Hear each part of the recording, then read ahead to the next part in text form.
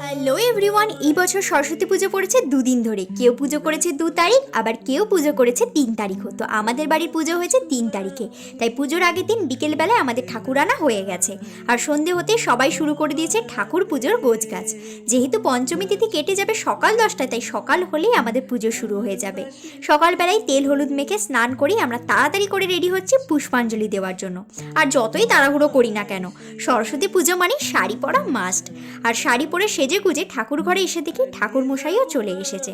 আর এই বছর সংকল্পে বসেছে আমার 2 বোন, কারণ ওরা দুজনেই এই বছর বোর্ডের পরীক্ষায় বসবে। তাই ঠাকুরের কাছে আশীর্বাদ পাওয়াটা খুবই জরুরি। ওদের সংকল্প হয়ে যেতেই আমরা বাড়ির সবাই একসাথে বসে পড়লাম পুষ্পাঞ্জলি দিতে। আমাদের সবার অঞ্জলি দেওয়া হয়ে গেলে শান্তি জল নিয়ে সবাই মিলে মায়ের প্রসাদ খেলাম।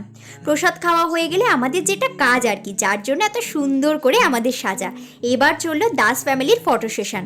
বাড়ির পুজো বলে কথা, আনন্দ হয়ে হলো, খাওয়া দাওয়া তো থাকবেই।